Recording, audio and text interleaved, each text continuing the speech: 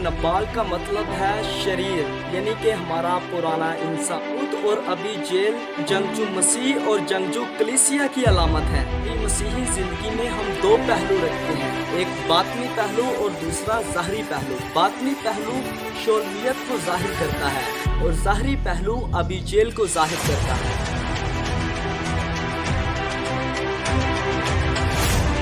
Praise the Lord, shalom everyone. मैं खुदावंद की तारीफ करता हूँ कि हम दाऊद और अभी जेल के ताल्लुक से 1 सैमुएल उसके 25 चैप्टर में से सीख रहे हैं। और हमने इस पैगाम के फर्स्ट पार्ट में देखा था कि किस तरह दाऊद नबाल और अभी जेल से निपटता है।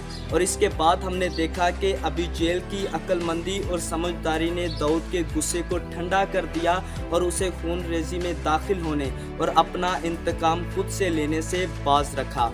और इसके बाद आखिर में हमने देखा कि किस तरह अभी जेल की खूबसूरती और समझदारी ने दाऊद को अपने कब्ज़ा में कर लिया और नबाल के मरने के बाद दाऊद अभी जेल से ब्याह कर लेता है। यूं अभी जेल दाऊद की जंगों में उसकी पैरवी करने के लिए उसकी शरीके हयात बन जाती है।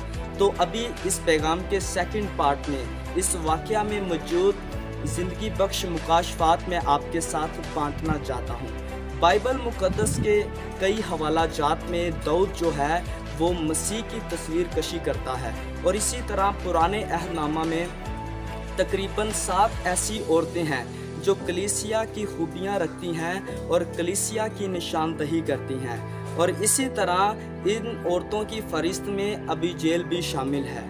यानी इस वाक़या में मौजूद दाऊद जो है वो जंगजू मसीह की तस्वीर कशी करता है और इसी तरह अभी जेल जो है वो जंगजू कलीसिया की तस्वीर कशी करती है। तो सबसे पहले हम देखेंगे कि किस तरह दाऊद दुखों में जंगजू मसीह की तस्वीर कशी करता है। दाऊद लड़कपन से ही दुखों में से होता हुआ गुजरा है और वो हमेशा से लड़ाइयाँ लड़ने वाला रहा है और हमेशा उसने दुश्मनों पर फतह हासिल की है, ज़मीन को हासिल किया है और खुदावंद की हैकल के लिए मवाद को तैयार किया है। तो खुदावंद की तरफ से दाऊद का कायम होना फ़िलिस्तीनियों पर उसकी बार बार फतह याबी में नज़र आता है कि दाऊद जो है वो जंगजू मसीह की तस्वीर कशी करता है। जी हाँ, हमारा मसीह जंगजू खुदावंद है जो हमारी खातिर लड़ाइयाँ लड़ता है। वो बड़ा फातेह है, वही हमारी जीत और हमारी फतह है। तो हमारा खुदावंद हमारी खातिर जंग लड़ने में जंगजू है। अगर हम ज़बूर 110 उसकी 5 और 6 आयत में देखें तो वहाँ खुदावंद यसू ना सिर्फ बादशाह और काहिन के तौर पर नज़र आता है बल्कि एक जंगजू के तौर पर भी नज़र आता है। तो हमारा खुदावंद जंगजू खुदावंद है। इस हवाला जात के मुताबिक हम देखते हैं कि जब खुदावंद अपनी आमद पर अपने कहर के दिन आएगा तो वो बड़ा फातेह होगा, वो तमाम कौमों पर गालिब आएगा, वो बादशाहों और दुश्मनों के सर कुचलेगा। जी हाँ, वो हमारा खुदावंद तमाम जो उसके मुखालिफ हैं उन्हें अदालत में लाएगा। तो इसी तरह अगर हम देखते हैं मुकाशफा उसके 19वें बाब में कि मसीह जब जंगजू आएगा तो वो अकेला नहीं लड़ेगा बल्कि अपनी दुल्हन अपनी फ़ौज के साथ दुश्मनों पर गालिब आएगा और उन्हें शिकस्त देगा। तो हमने देखा कि मसीह जो है वो जंगजू है। तो जंगजू मसीह फातेह मसीह है। अब हम इस पॉइंट पर गौर करेंगे कि जंगजू मसीह जो है वो फातेह मसीह है। अगर हम दाऊद की ज़िंदगी पर गौर करें तो दाऊद ने आज तक कोई जंग नहीं हारी। उसने तमाम जंगों में दुश्मनों को शिकस्त दी और हमेशा एक बड़ा फातेह रहा है। इसी तरह खुदावंद यसू ने भी अपनी इंसानी खिदमत में उसने कभी भी जंग नहीं हारी। उसने शैतान को शिकस्त दी और शैतान के कामों को मिटा डाला और अपनी मसलूबियत के वसीला से भी उसने दुश्मन शैतान जो कि दुनिया का सरदार है उसे निकाल दिया, इब्लीस को नेस्त किया, हुकूमतों और इख्तियारात को उतार देने का सबब बना। और इसके बाद हम देखते हैं कि मसीह ने मौत को नेस्त कर दिया। उसका जी उठना ऐलान करता है कि वो एक फातेह मसीह है। जी हाँ, हमारा खुदावंद जी उठा, उसने मौत पर फतह पाई है। और जब वो अपने सऊद में गया तो वो कैदी रूहों को साथ ले गया और उसने हमें शैतान के कब्जा से आज़ाद कर दिया और हमें अपने साथ आसमानी मुकामों पर बिठाया है। उसने हमें इख्तियार दिया है ताकि हम तारीकी की कुव्वतों पर गालिब आएँ। और मुकाशफा 19वें बाब में भी हम देखें कि जब मसीह अपने आमदे सानी पर आएगा तो एक बड़ा फातेह की तरह हमें वो नज़र आता है कि मसीह बड़ा फतहमंद होगा और वो तमाम दुश्मनों पर और मुखालिफ मसीह पर गालिब आएगा। तो अभी हम देखेंगे कि अबीजेल जो है वो दुखों में जंगजू कलीसिया की निशानदही करती है। जी हाँ, अगर हम फर्स्ट सैमुएल उसके 25 चैप्टर में से आगे स्टडी करें तो हम देखते हैं कि अबीजेल ने हमेशा दाऊद की जंगों में उसकी पैरवी करते हुए हमें नज़र आती है। तो इसी तरह कलीसिया जो है वो अपने जंगजू मसीह की पैरवी करते हुए हमें नज़र आती है कि कलीसिया जो है वो जंग आवर कलीसिया है, हमेशा खुदावंद यीशु की पैरवी करने वाली है। तो हमारा खुदावंद जो है वो जंगजू खुदावंद है और उसकी कलीसिया अबीजेल की तरह हमेशा अपने दाऊद अपने खुदावंद की पैरवी करती हुई हमें नज़र आती है। तो अबीजेल जो है वो दुखों में मसीह के साथ एक होने की ज़रूरत को पेश करती है। जी हाँ, अगर हम अबीजेल की तरह उसकी पैरवी करते हैं तो हम उसके दुखों में उसके साथ एक होते हैं। आज हमें ज़रूर खुदावंद की कलीसिया होते हुए मसीह के दुखों में उसका साथ देने की ज़रूरत है। मसीह के दुखों की भी दो अक़साम हैं। एक किस्म मसीह ने बज़ाते खुद मुखलसी की तकमील के लिए दुख सहे और दूसरी किस्म जो है वो कलीसिया को वजूद में लाने के लिए और तमीर करने के लिए रसूलों और ईमानदारों के ज़रिए उस काम को पूरा किया जा रहा है और आज ये अमल जारी है। तो आज हमें ज़रूर मसीह के दुखों में शरीक होने की ज़रूरत है। पौलुस रसूल कुलसियों 1 बाब उसकी 24 और 25वीं आयत में कहते हैं, वो खुदा की मुख्तारी की बात करते हुए मसीह के दुखों का जिक्र करते हैं। यानी कि खुदा की मुख्तारी फ़कत दुखों के वसीला से ही इंजाम पाती है। अगर हम खुदा की मुख्तारी के ख्वाहिशमंद हैं तो हमें ज़रूर खुदावंद के मसीह के दुखों के लिए तैयार रहना चाहिए। आज हमें ज़रूर मुख्तारी को लेने के लिए दुखों में से गुजरने की ज़रूरत है, दुखों में शरीक होने की ज़रूरत है। अगर आप कलीसिया की तमीर करना चाहते हो, अगर आप खुदावंद की बादशाही के लिए काम कर रहे हो तो अपने आप को उन दुखों के लिए तैयार रखो कि जो भी खुदा हमसे कीमत चाहता है उस कीमत के लिए ख़ुद को तैयार रखेंगे तो हम मुख्तारी को हासिल करेंगे। तो आज ज़रूर मसीह की मुख्तारी को लेने के लिए उसके दुखों में शरीक होने की ज़रूरत है ताकि खुदावंद की कलीसिया तमीर हो सके और उसे वजूद में लाया जा सके। तो अगर हम अबीजेल की ज़िंदगी पर गौर करें तो अबीजेल पहले एक दुल्हन की तरह हमें नज़र आती है दाऊद की ज़िंदगी में, पर नेक्स्ट हम देखें तो अबीजेल तब दाऊद की ज़िंदगी में आई जब वो जंगों में था। तो फिर वो उसकी जंगों में उसकी पैरवी करने वाली उसकी शरीके हयात के तौर पर एक जंग आवर औरत के तौर पर नज़र आती है। इसी तरह अगर इफ्सियों उसका 5 बाब देखें तो उसकी 25 से 27वीं आयत में हम देखते हैं कि कलीसिया जो है वो मसीह का बदन होते हुए एक हमें ताबेदार खूबसूरत झुर्रियों से पाक धागों से साफ कलीसिया नज़र आती है, एक दुल्हन के तौर पर नज़र आती है। पर अगर इफ्सियों 6 बाब और उसकी 10 से 13वीं आयत में देखें तो वहाँ कलीसिया एक जंग आवर के तौर पर नज़र आती है। और इफ्सियों 5वां और 6 बाब की तकमील जो है वो मुकाशफा 19वें बाब में तकमील पाती हुई हमें नज़र आती है। तो आज कलीसिया एक दुल्हन भी है और एक जंगजू के तौर पर भी अपनी मसीह की पैरवी करने वाली है। आज हमें ना सिर्फ खूबसूरत ताबेदार दुल्हन की तरह दागों से साफ होना है, बल्कि शैतान को शिकस्त देने के लिए एक जंगावर कलीसिया के तौर पर भी एक काम करना है, ताकि हम खुदा के इंतज़ाम को पूरा कर सकें, खुदा की जुम्बश को ज़मीन पर ला सकें और उसकी बादशाही के लिए काम कर सकें। तो आज हमें ज़रूर जंग आवर के तौर पर उठ खड़े होना है, और ये काम हमने सिर्फ इसलिए नहीं करना कि ये खुदा की ख्वाहिश है या खुदा के निज़ाम के लिए है, बल्कि इस ख्वाहिश से भी करना है कि हमने दुश्मन को हराना है, दुश्मन को शिकस्त देनी है, ताकि हम खुदावंद की कलीसिया के साथ उसकी दुल्हन के तौर पर तश्कील पा सकें और नया यरूशलेम बन सकें। तो आज हमें ज़रूर एक जंग आवर कलीसिया के तौर पर शैतान से फाइट करनी है, ताकि हम हमेशा मसीह के दुखों में उसकी पैरवी करने वाली उसकी जंग आवर कलीसिया बन सकें।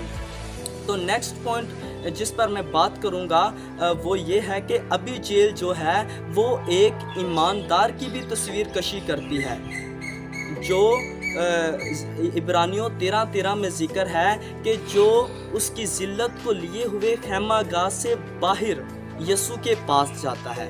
हमारी मसीही ज़िंदगी में दो पहलू होते हैं, एक बातनी पहलू और दूसरा ज़ाहरी पहलू।